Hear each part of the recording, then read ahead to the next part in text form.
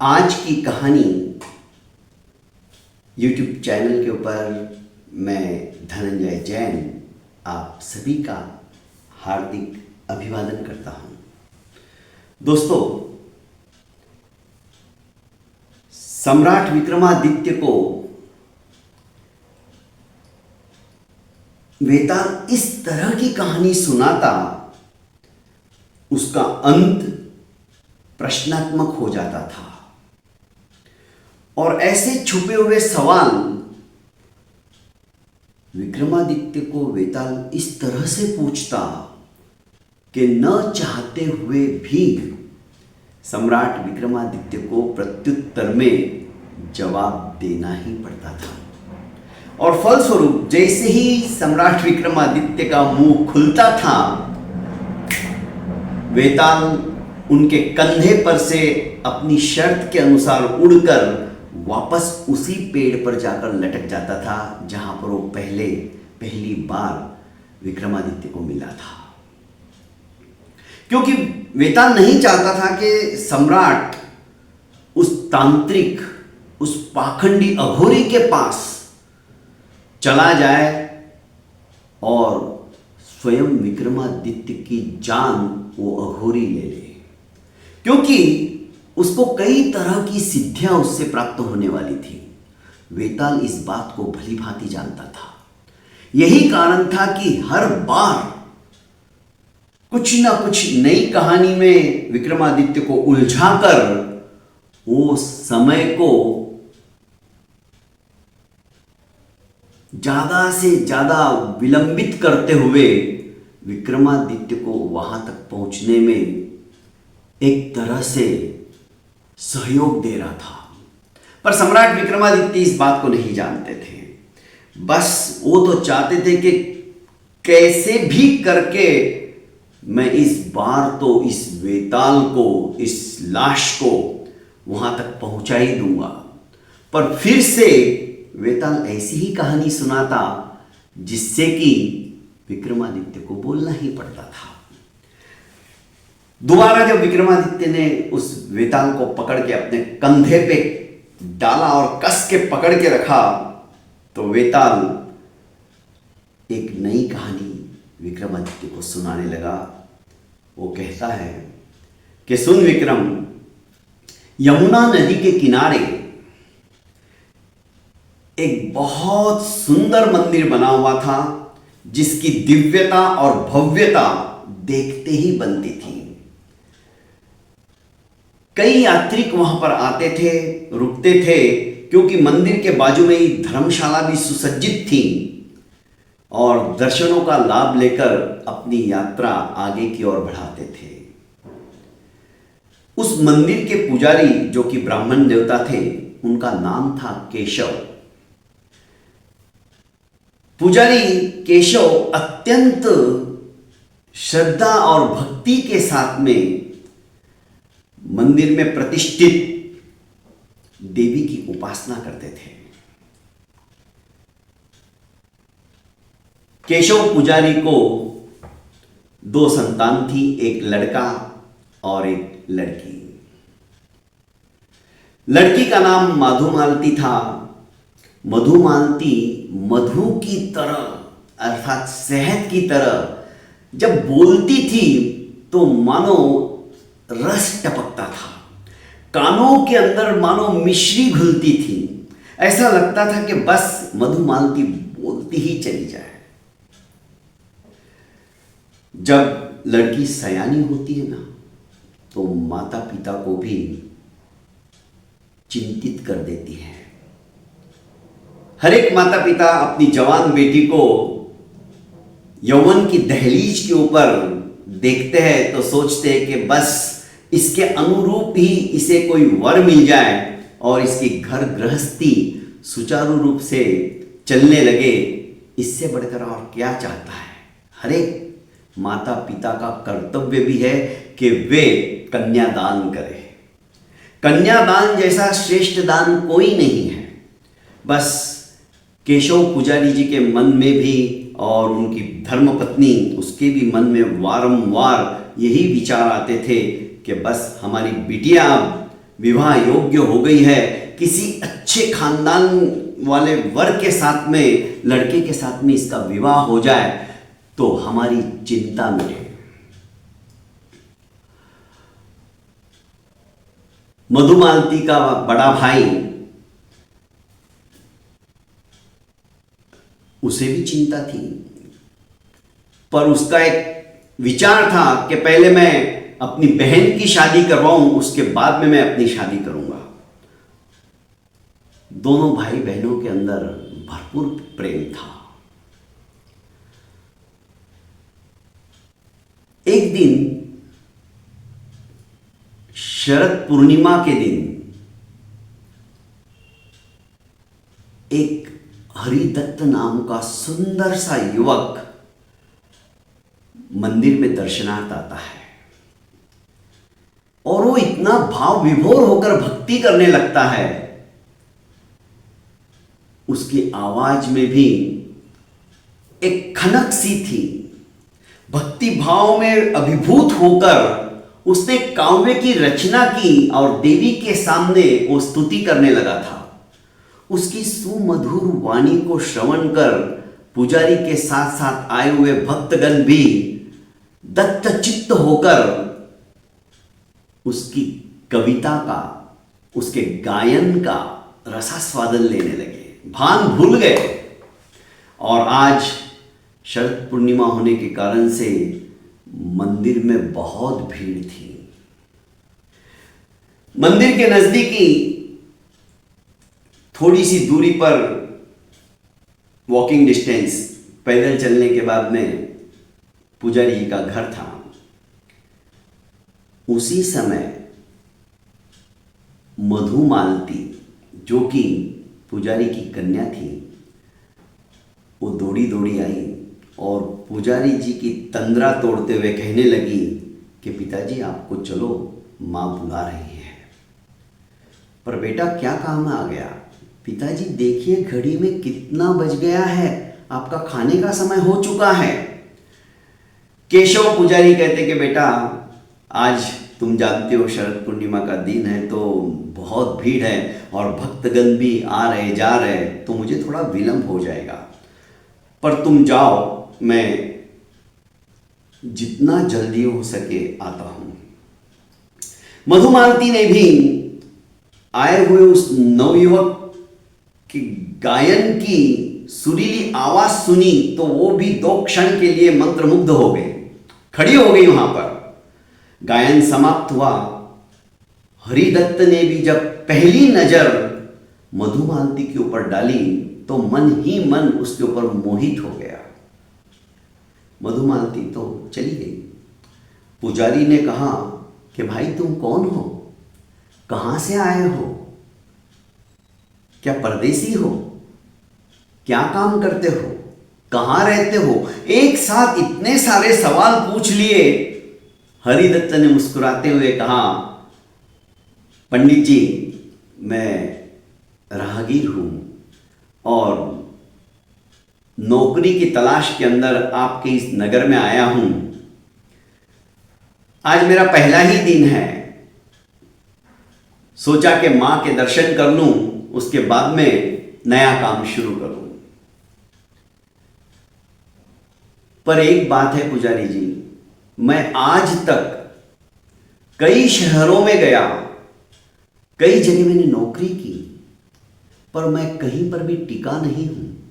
पता नहीं क्यों, मुझे तो लगता है कि मेरे पैर में भंवरा है जो मुझे इस स्थान से उस स्थान पर, उस स्थान से दूसरे स्थान पर पहुंचा देता है, जबकि मेरे काम में कोई कमी नहीं होती है। मैं ईमानदारी के साथ में काम करता हूं। जहां पर मैं काम करता हूं वे भी मेरे से बहुत खुश होते हैं, पर पता नहीं कुछ समय व्यतीत होता है, 2-3 साल, और मैं दूसरी जगह चल पड़ता हूं। मेरा मन नहीं लगता है फिर वहां काम करने के लिए।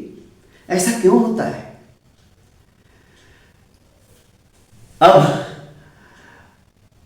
पंडित जी जो केशव जी थे, हरिदत्त की बात को सुनकर कहने लगे कि हरिदत्त बात ऐसी नहीं है, तुम्हारे पैर में चाहे भंवरा हो या कुछ हो, पर तीन कारणों से व्यक्ति एक ही जगह टिका रहता है। वो है, पहली बात श्रद्धा। जैसे इस मंदिर के प्रति मेरी अटूट श्रद्धा है, तो यहाँ के लोग भी मुझे जाने नहीं देते और मैं भी नहीं जाना चाहता हूँ। जहाँ पर हमारी श्रद्धा होती है वहाँ पर हम एक तरह से प्रेम के बंधन के अंदर आबद्ध हो जाते हैं। दूसरा, प्रेम। जहां पर परिवारजनों का प्रेम मिलता रहता है, ममत्व हो जाता है, आसक्ति रहती है, वहां पर भी व्यक्ति उस स्थान को छोड़ता नहीं है। और तीसरा, कर्तव्य। जहां पर व्यक्ति अपना कर्तव्य समझ लेता है, उस स्थान को अपने कर्तव्य की जब तक की पूर्णाहुति नहीं होती है तब तक वहां से जाता नहीं है। ये तीनों कारण ऐसे हैं, यदि ये तीनों बातों में से कोई एक बात भी तुम्हारे जीवन में रहती तो शायद तुम कभी यहां तो कभी वहां नहीं जाते। हरिदत्त कहने लगा, पंडित जी, अभी जो लड़की आई थी वो आपसे कुछ बात कर रही थी, वो कौन है? हरिदत्त, वो मेरी बिटिया है, सयानी हो चुकी है। हम उसके लिए कोई योग्य वर की तलाश कर रहे हैं। क्या तुम्हारे ध्यान में कोई ऐसा व्यक्ति है जो सुंदर हो, सुशील हो और साथ ही साथ संपन्न परिवार का हो, कम से कम इतना कमाता हो कि मेरी बेटी सुखी रहे? हमें ज्यादा धन लालसा की इच्छा नहीं है, क्योंकि मैं खुद ही अपनी बेटी को बहुत कुछ देना चाहता हूं। इकलौती बेटी है, उसके बाद में इसका बड़ा भाई है, फिर उसका विवाह होगा, पहले मैं इसका विवाह कराना चाहता हूं। हरिदत्त कहने लगा, हाथ जोड़कर, आपने अभी अभी कहा ना, तीन कारणों से आदमी भटकता नहीं है, तो दूसरा जो कारण है प्रेम का। पहली बार आपकी लड़की को देखते ही मेरे मन के अंदर प्रेम का अंकुर अंकुरित हो उठा है। मैं, यदि आप बुरा न मानो और मुझे योग्य समझो, पहले मुझे देख लो, परख लो, फिर मेरे साथ में उसका विवाह कर देना। मैं बड़ा अपने आप को सौभाग्यशाली समझूंगा और मैं भरे पूरे परिवार का लड़का हूं। पर इसी बहाने विविध नगरों के अंदर घूमते हुए मैं कुछ ना कुछ ज्ञान हासिल करना चाहता हूं, इसलिए नौकरी की तलाश में घूमता रहता हूं, उस शहर की संरचना देखता हूं, वहां के लोगों से मिलता हूं, उनके विचारों से अपने आप को अवगत कराता हूं और नया नया ज्ञान मैं सीखना चाहता हूं। पर पहली बार ऐसा हुआ है जो आपकी लड़की मधुमालती को देखकर मैं अपने आप को भूल गया हूं। केशव हरिदत्त की बात सुनकर मन ही मन प्रसन्न हो जाते, क्योंकि वे खुद चाहते थे कि मेरी बेटी को ऐसा कोई वर मिले जो उसे अच्छी तरह से रख सके, उसे खुश रख सके। और ये दिखने में भी सुंदर है, बोलने में भी इतना बढ़िया बोलता है, गायन तो इसका मैंने खुद ने देख लिया है, तो क्यों नहीं, यदि मैं अपनी लड़की का विवाह इसी के साथ कर दूं तो काफी चिंता मेरी समाप्त हो जाएगी। और प्रेम एक ऐसा आकर्षण है, हरिदत्त मेरी बेटी के साथ विवाह करने के पश्चात यही रह जाएगा, फिर ये यहां से जा नहीं सकता, क्योंकि प्रेम के पाश के अंदर, प्रेम के बंधन के अंदर इस तरह से मेरी लड़की भी इसे आबद्ध कर लेगी, इसका मन ही नहीं होगा दूसरी जगह जाने का।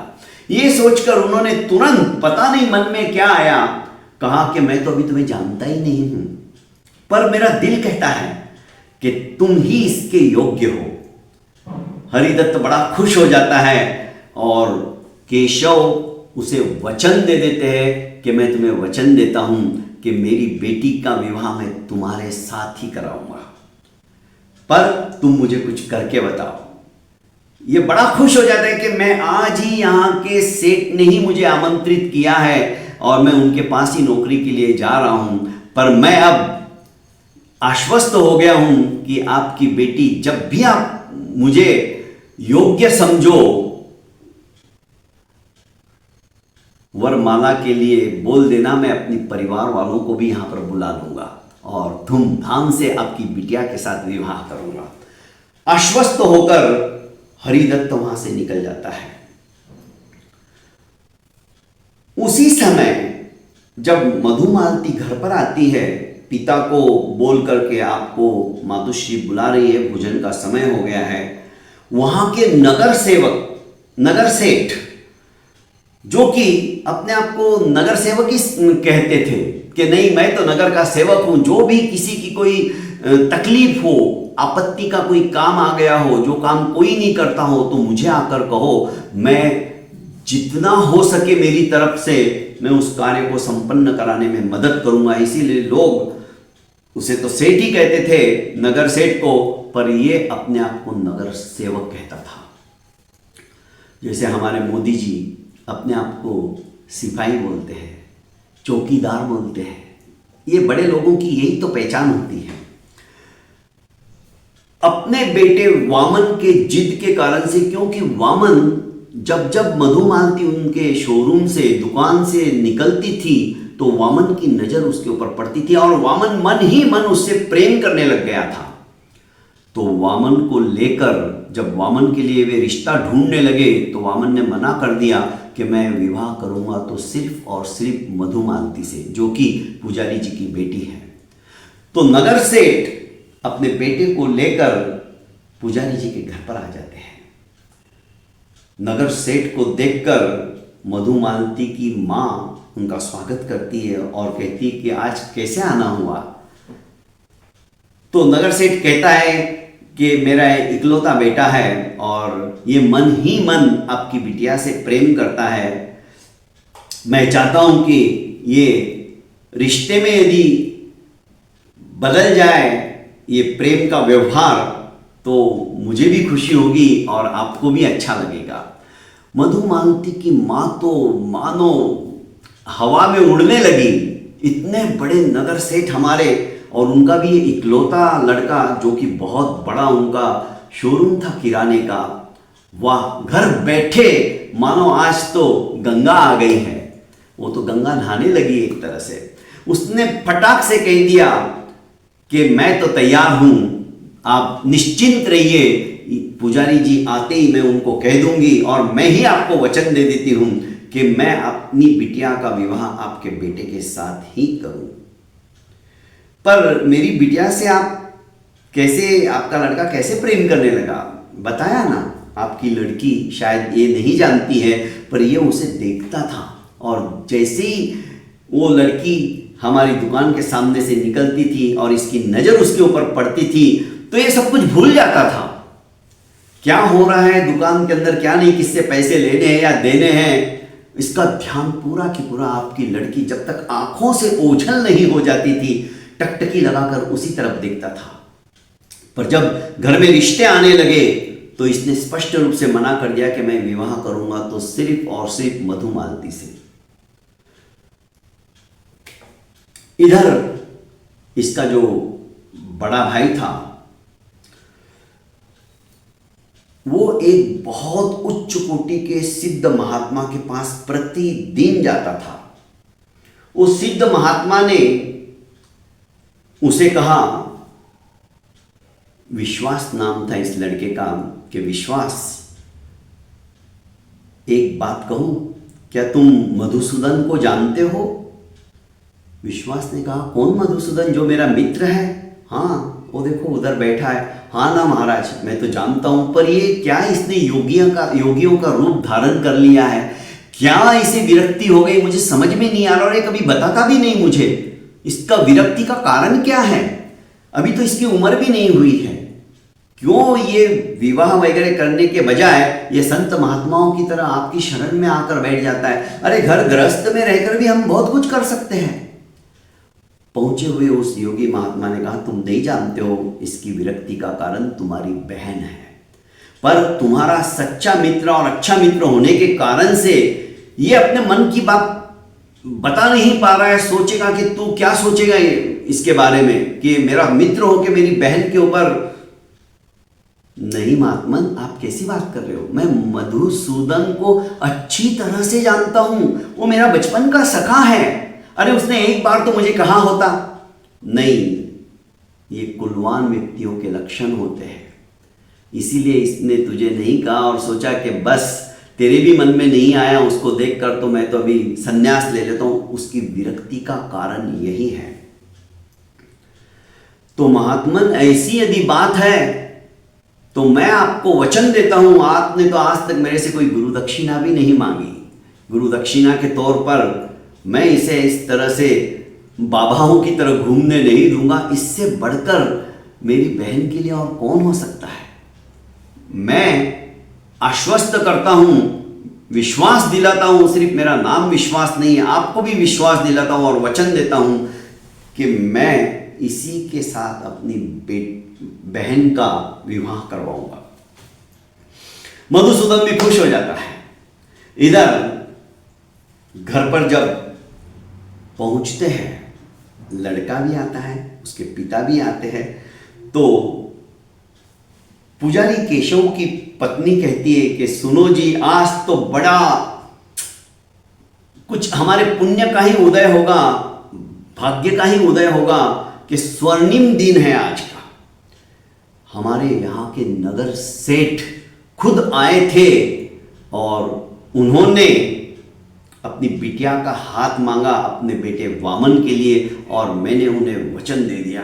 अरे भगवान, तुम क्या बात करती हो, आज तो मंदिर के अंदर हरिदत्त नाम का एक परदेसी भी आया लड़का, क्या सुंदर, उसकी आवाज के अंदर मानो साक्षात उसकी जिह्वा के ऊपर सरस्वती बैठी हो।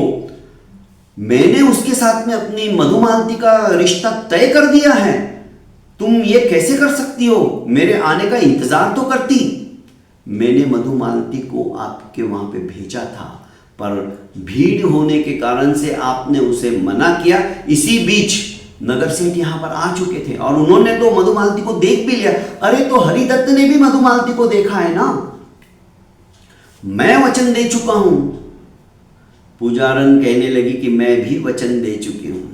अब विश्वास कहता है कि मां बाप तुम क्यों लड़ाई कर रहे हो। अरे मैं खुद लड़के को वचन दे चुका हूं और जिन महात्मा के पास मैं प्रतिदिन जाता हूं उनको गुरु दक्षिणा के तौर पर यह विश्वास दिलाकर आया हूं कि मेरी बहन का विवाह होगा तो सिर्फ और सिर्फ मधुसूदन के साथ। वो मन ही मन दीदी से इतना प्यार करता था कि उसने तो विरक्ति ले ली थी, संत महात्माओं की तरह एक कोने में बैठकर साधना करने लगा था और हमें पता ही नहीं उसके जैसा योग्य लड़का तो कोई मिलेगा ही नहीं। अब तीनों के अंदर वाद विवाद होने लग गया था। इसी बीच मधुमालती अपने घर के पीछे जो उद्यान था, उस उद्यान में तरह तरह के फूलों को तोड़ रही थी देवी मां को शाम को चढ़ाने के लिए, माला पिरोने के लिए। अचानक एक जहरीले कोबरे नाग ने मधुमालती के पैर के ऊपर डंक मार दिया। डंक दांत इतने तीखे गड़ गए थे कि धीरे धीरे उस कोबरे का जहर मधुमालती के अंग के अंदर खून के साथ साथ प्रवाहित होने लगा। आनंद फानन के अंदर समाचार जब बाहर नगर के अंदर पहुंचे तो विष उतारने वाले, जहर उतारने वाले गारुड़ी सभी भाग के आए, उपचार करना चाहा पर तब तक बहुत देर हो गई थी। पूरे शरीर के अंदर नीला पड़ चुका था और वो जहर फैल चुका था। मधुमालती मर जाती है। ये तीनों भी पहुंचते हैं, हरिदत्त भी, सेठ का लड़का वामन भी और मधुसूदन भी। तीनों की तीनों परेशान हो जाते हैं, सोचने लगते ये क्या अनर्थ हो गया। विवाह के पहले ही भगवान ने हमारे साथ कितना बड़ा अन्याय कर दिया, पर अब क्या करें। पहले तो परिवार के अंदर एक समस्या पैदा हो गई थी कि किसके साथ विवाह किया जाए, अब ये तीनों की तीनों रुदन कर रहे हैं। अब होता क्या है, हरिदत्त जो कि परदेसी था, वहीं पर जहां पर इसकी चिता जलाई जाती है, एक छोटी सी कुटिया बनाकर उसकी चिता की राख से ही भस्म लगाकर बैठ जाता है कि नहीं, पहली बार जिंदगी में मैंने किसी से प्रेम किया, उसे देखते ही प्रेम का अंकुर अंकुरित हो गया और वो मुझे मेरे जीवन में आने के पहले ही मेरे जीवन की खुशियों को ही समाप्त करके चली गई। अब ऐसे जीवन से कोई फायदा नहीं, कोई नौकरी नहीं करूंगा, बस मैं तो यही समाधि लेकर बैठ जाऊंगा और दिन रात इसी का चिंतन करता रहूंगा। वो वहीं बैठ गया। वामन दूसरे दिन आता है, समस्त अस्थियों को इकट्ठा करता है और कहता है कि मैं इसे मन ही मन बहुत प्यार करता था, अब ये चली गई, अब ये अस्थियां मैं विसर्जित करके आता हूं ताकि मेरे को थोड़ा सुकून तो मिलेगा। और वो गंगा में अस्थियां विसर्जन करने के लिए निकल पड़ता है। पहले जमाने में ये भी मालूम नहीं था, दिशाएं अनुसार चलते चले जाते थे, ये पैदल ही अस्थियों का वो लाल कपड़े के अंदर गांठ मारकर झोले में डालता है और निकल पड़ता है। पोटली, अस्थियों की पोटली। और इधर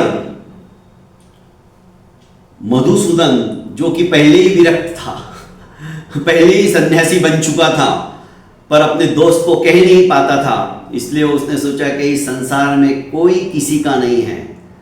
वापस उसको वैराग्य जगता है और वो निकल पड़ता है। पर वो सोचता है कि अब इस शहर में मैं नहीं रह सकता हूँ, बार बार उसकी ही, मधुमालती की ही याद मुझे सताती रहेगी।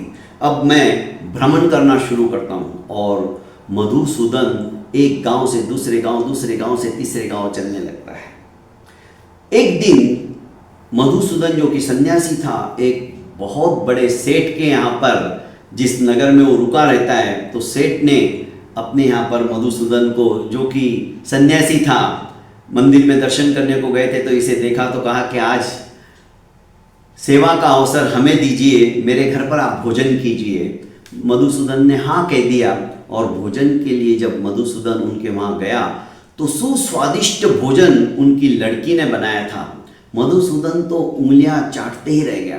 तारीफ के पुल बांधते हुए इसने कहा कि ऐसा सुस्वादिष्ट भोजन मैंने आज तक नहीं किया।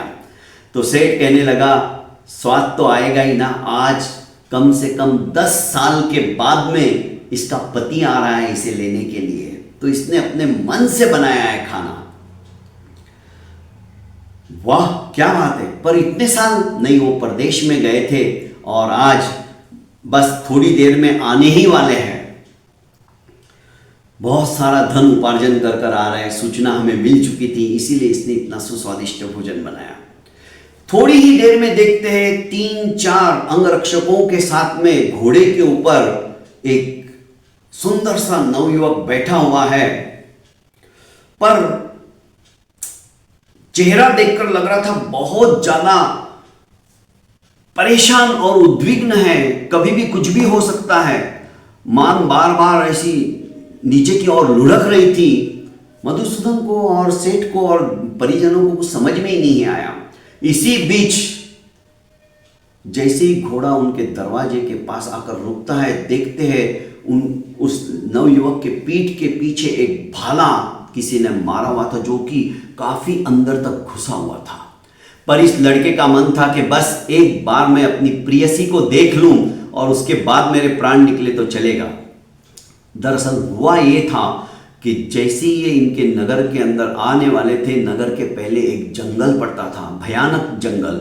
उस जंगल में लुटेरों ने इन्हें लूट लिया था और घमासान युद्ध के अंदर इनके साथ में जितने सेवक वगैरह थे वे तो मारे गए। ये 3-4 बचे थे और ये सुखरूप इसे लेके आए थे और एक भाला चोरों का इसके पीठ के अंदर धंसा दिया गया था। फलस्वरूप जैसे ही इसने अपनी पत्नी को देखा और मूर्छित हो गया। मूर्छित क्या हो गया, चंद क्षणों के अंदर नीचे गिरते उसके प्राण पखेरु भी उड़ गए। 10 साल बाद अपने पति को इस हालत में देखकर सेठ की लड़की का बांध ही टूट गया, फूट फूट कर रोने लगी। सारे अड़ोसी पड़ोसी और परिजन उस शोक के अंदर शॉक हो गए और उनके भी आंखों से गंगा यमुना बहने लगी। मधुसूदन भी ये सब कुछ देख ही रहा था। आखिर करीब 1 घंटे के पश्चात सेठ ने सबको सांत्वना देते हुए कहा कि चिंता मत करो, मेरे गुरु महाराज ने, जिनकी मैं उपासना करता था, जिनके पास मैं साधना करता था बचपन से, उन्होंने मुझे एक संजीवनी मंत्र दिया है। वो मंत्र मैंने सिद्ध किया है। उस मंत्र के प्रभाव से मैं मेरे जवाई राजा को जिंदा करूंगा, पर मेरी बेटी के आंखों में मैं आंसू नहीं देख सकता।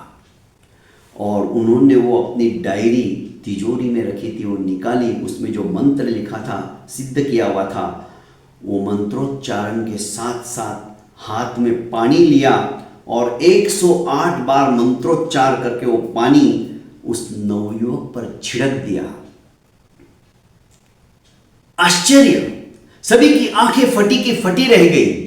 लड़का उठ बैठा, फिर से जीवित हो गया। मधुसूदन ये देखकर आश्चर्यचकित हो गया, सोचने लगा यदि ये मंत्र मुझे मिल जाए तो मैं मधुमालती को जीवित कर सकता हूं। उसने पूछा कि सेठ जी आपने ये सब कैसे किया, हम तो महात्मा होके भी हमें ये पता नहीं। तो उन्होंने कहा कि मेरे गुरु ने ये मंत्र दिया, पर इसका असर जो है ना एक ही बार होता है जिंदगी में। अब मैं किसी योग्य को इस मंत्र को दे दूंगा, वो जब इसकी साधना करेगा तो उसको भी सिद्धि मिल जाएगी, क्योंकि ये मंत्र ऑलरेडी मेरे गुरु ने सिद्ध किया हुआ है। पर मेरे गुरु ने कहा है कि किसी योग्य को ही देना। इतना कह के उसने वो मंत्र की डायरी वापस ली और अपनी अलमारी में ही रख दी, तिजोरी में नहीं रखी, क्योंकि इतनी सारी भीड़ थी और खुशी का माहौल। मधुसूदन जो सन्यासी था उसने देख लिया और चुपचाप सभी की आंखों को बचाकर उसने वो डायरी ली, अपने झोली में डाली और वहां से 9-2-11 हो गया। रास्ते में उसने इस मंत्र की साधना की, क्योंकि डायरी में लिखा था किस तरह से मंत्र की सिद्धि की जाती है, उसकी साधना क्या है, उसकी विधि क्या है, सिद्ध कर लिया और तेज गति से चलने लगा यमुना तट की नदी के पास, उसी मंदिर पे जहां पर वो रहता भी था पहले, अपना मित्र विश्वास। मधुमालती उसके आंखों के सामने आ गई, पर सोचता था कैसे करूं, उसकी अस्थियां, उसकी राख उस पे भी मैं छिड़क दूंगा तो ये मंत्र इतना प्रभावी है कि मधुमालती उठ बैठेगी। होता क्या है, वामन जो अस्थियां लेकर गंगा में बहाने के लिए जा रहा था वो विपरीत दिशा में जाने लगा था। उसने कहा अभी तक गंगा आई क्यों नहीं, दिखी क्यों नहीं। पूछा किसी से तो कहा कि भाई साहब आप विपरीत दिशा में आए हो, तुम्हें जाना है पूर्व में और तुम पश्चिम में चले जा रहे हो। इसे अपनी गलती का एहसास हो गया, विक्षिप्त हो गया था मधुमालती की इस तरह से मृत्यु देखकर, तो भान ही भूल गया था जाना किधर और जा किधर रहा था। वापस वो अपने ही नगर की तरफ लौट पड़ा। अस्थियों का वो पोटली उसके पास ही थी। इधर मधुसूदन भी पहुंचा और उधर वो भी पहुंचा। सोचा कि चलो एक बार मधुमालती जहां पर उसका दाह संस्कार हुआ उस राख को अपने ललाट पे लगा के फिर निकलता हूं। वहां देखा तो हरिदत्त तो वहीं समाधि लेकर बैठा था।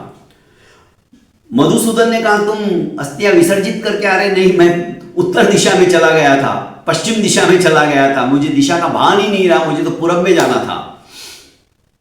खैर कोई बात नहीं, मेरे पास संजीवनी मंत्र है, तुम इस राख को अच्छी तरह से सुसज्जित करके बिछा दो, उसी के ऊपर ये अस्थियां भी डाल दो, मैं मंत्रोच्चारण करके मधुमालती को फिर से जीवित कर सकता हूं। सबके आश्चर्य का पारावार नहीं रहा।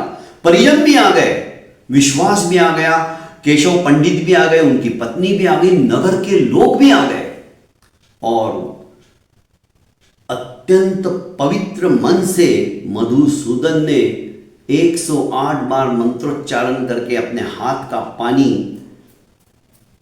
अस्थियों से सज्जित उस राख के ऊपर डाला। देखते ही देखते जिस परिधान को धारण करके मधुमालती मूर्छित हो गई थी, उसकी जीवन लीला समाप्त हो गई थी। सर्पदंश के कारण से वो उठ बैठी। सभी देखते ही रह गए, हर्षोल्लास छा गया। पर केशव पुजारी और उनकी पत्नी और विश्वास के आगे फिर से सवाल खड़ा हो गया कि इसका विवाह अब किसके साथ किया जाए। कहानी समाप्त कर वेताल ने विक्रमादित्य से पूछा कि विक्रम बताओ, किसको हक है मधुमालती के साथ विवाह करने का? किसे विवाह करना चाहिए? कौन उसके योग्य है?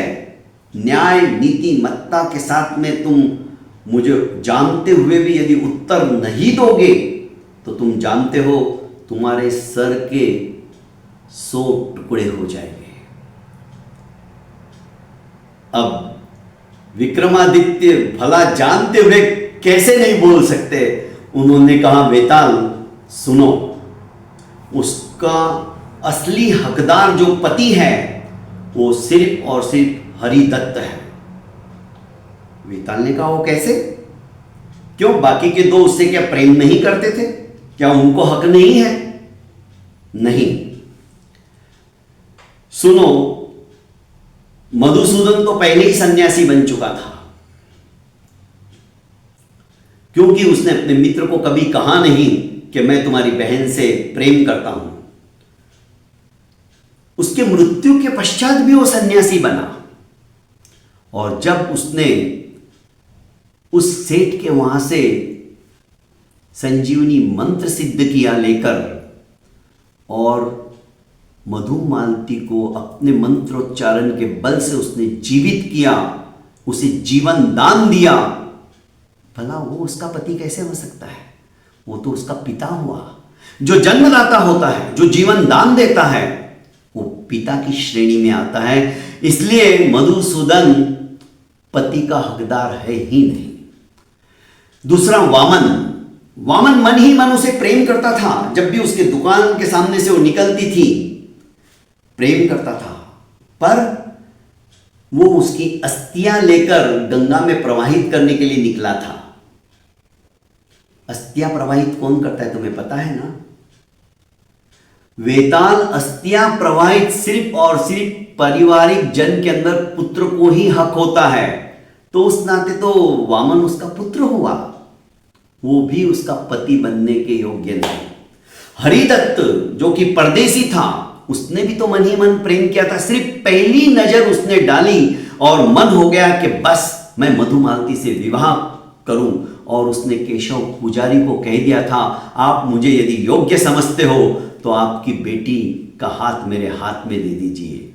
इतना ही नहीं, उसकी मृत्यु के पश्चात सब कुछ छोड़ छाड़ कर, नौकरी नहीं करना, कुछ नहीं करना, उसके प्रेम के अंदर इतना पागल हो गया कि वो वहीं पर समाधि लगाकर बैठ गया और उसकी याद में दिन रात समय वहीं पर व्यतीत करने लगा।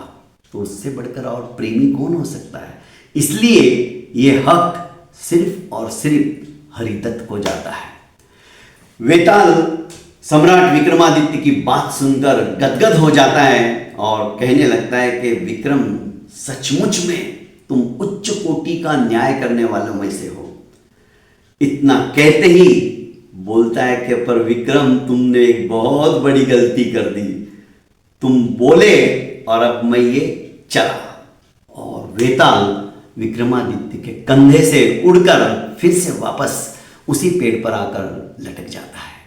दोस्तों, आज की कहानी इसी तरह के रहस्यपूर्ण सवालों से संपुट वाली कहानियां आप प्रतिदिन सुन रहे हो।